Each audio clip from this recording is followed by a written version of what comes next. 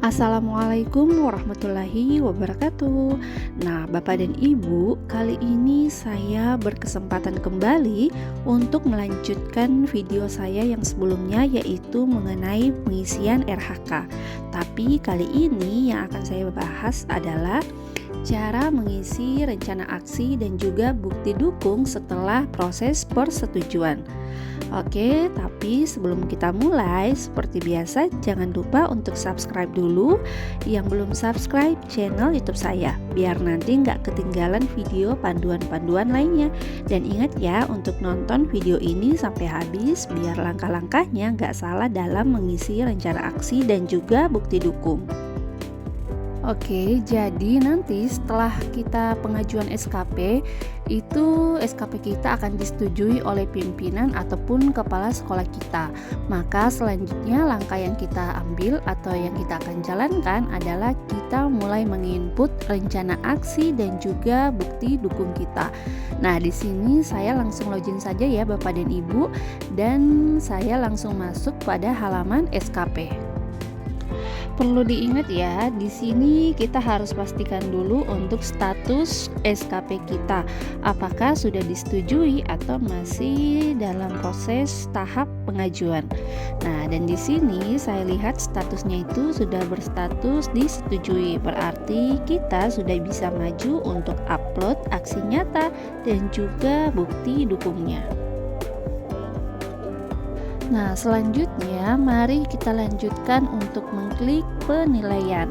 Lalu klik pelaksanaan kinerja, dan di sini ada beberapa yang harus kita input untuk rencana aksi dan juga bukti nyatanya.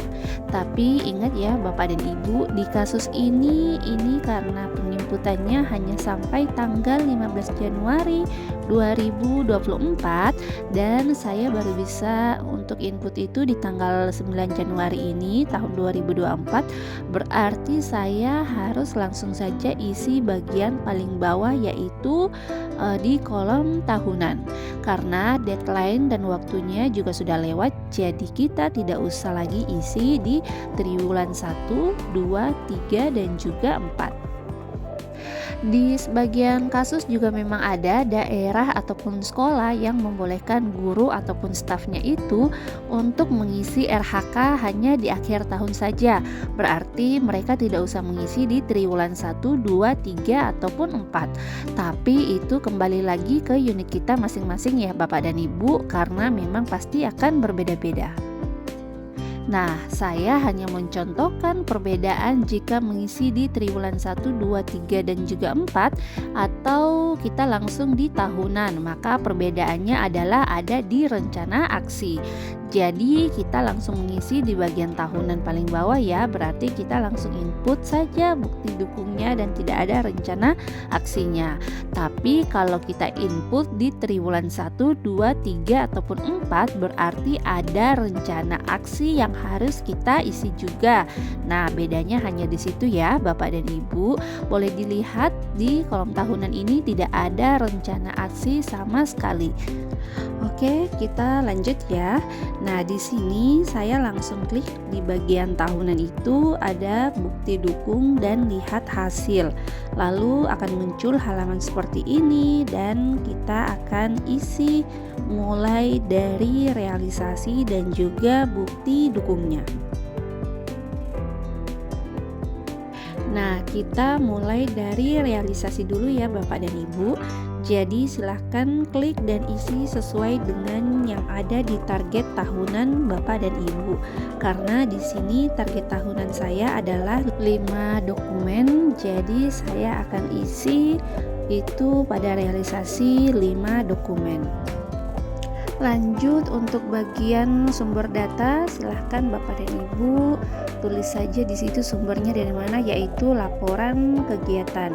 Jadi Bapak dan Ibu silahkan sesuaikan saja ya, karena di sini tidak ada format baku untuk mengisi kolomnya. Nah, setelah itu kita klik OK. Lanjut untuk indikator bagian di bawah, itu target tahunannya 90% ya, tadi kita isi. Nah, kita klik edit dan isi pada kolom realisasi itu 90%. Lalu untuk sumber datanya kita tulis saja itu bukti dukung teridentifikasi. Jadi sekali lagi Ibu dan Bapak silahkan disesuaikan saja, oke? Lanjut di bagian waktu, klik edit ya Bapak dan Ibu, lalu di realisasi nanti kita isi sesuai target tahunan itu yaitu 12 bulan. Dan untuk sumber data kita tulis saja di situ ketepatan waktu. Lalu pilih oke. Oke, sekarang kita isi bagian bukti dukung. Jadi silahkan Bapak dan Ibu klik tambah ya, lalu isi nama bukti dukungnya itu apa. Jadi misalnya seperti di video ini saya tulis untuk judulnya itu di dokumen pertama itu adalah perangkat pembelajaran guru RPP kelas 4, 5 dan juga 6. Jadi nanti biar saya nggak bingung. Lanjut untuk bukti dukungnya itu kita masukkan link Google Drive ya Bapak dan Ibu. Jadi caranya pertama-tama kita siapkan dulu dokumen-dokumen kita semuanya itu dalam bentuk PDF. Lalu nanti kita upload di Google Drive dan kita atur pengaturan linknya itu biar bisa dilihat oleh orang lain. Caranya bisa dilihat pada video ini ya. Buka Google Drive kita yang tadi, lalu cari dokumen yang ingin kita upload sesuai dengan nama judul bukti dukung yang telah kita buat. Lalu bisa dilihat di video ini, kita klik titik 3 di atas file yang telah kita pilih. Lalu klik bagikan, lalu pilih tidak dibagikan.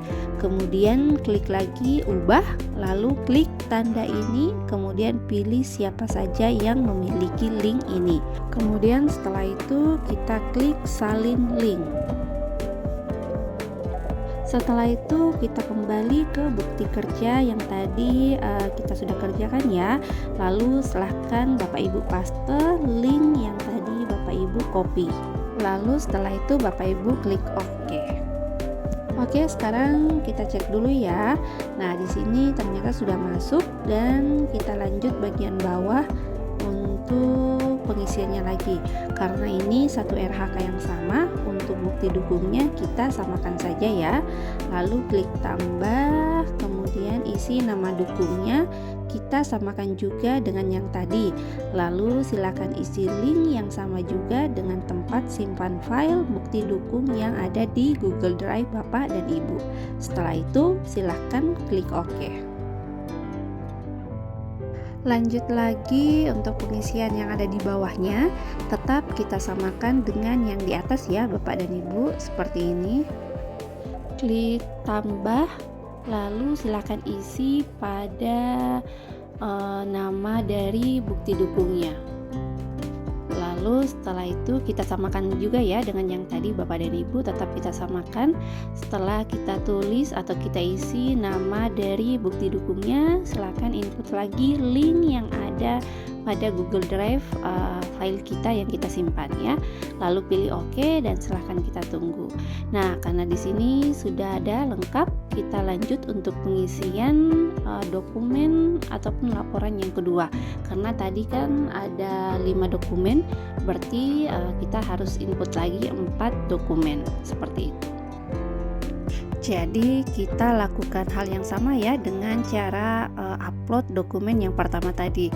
Jadi semuanya sama, yang beda hanya linknya saja, karena otomatis dokumen yang kedua itu tidak sama dengan dokumen yang pertama. Jadi silakan Bapak Ibu lengkapi dulu ke-5 dokumen itu, lalu kita akan pindah lagi pengisian RHK yang keduanya.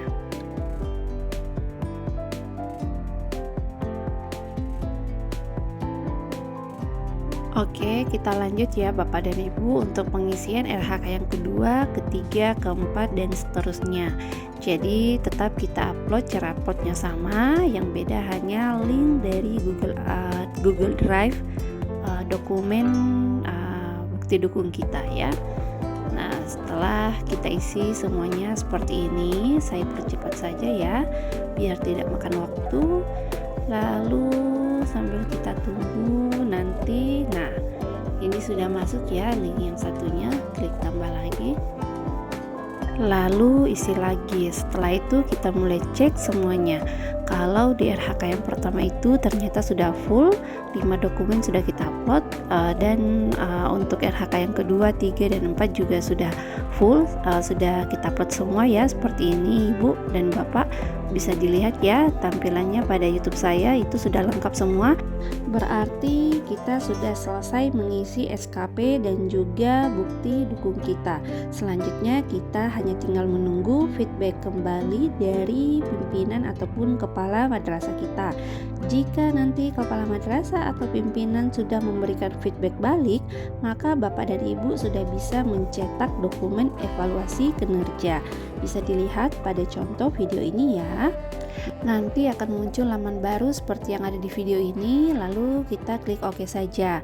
Setelah itu nanti sudah muncul dokumen evaluasi kinerja Bapak dan Ibu yang tadi. Seperti ini ya Bapak dan Ibu. Nah, di sini tuh belum ada feedback balik ataupun penilaian dari Bapak Kepala Madrasah saya karena memang beliau sementara ini sedang sibuk-sibuknya ya, jadi belum sempat. Oke. Saya rasa cukup itu yang bisa saya sampaikan. Mohon maaf untuk Bapak dan Ibu apabila masih banyak kekurangan ya. Saya tutup dengan ucapan wassalamualaikum warahmatullahi wabarakatuh.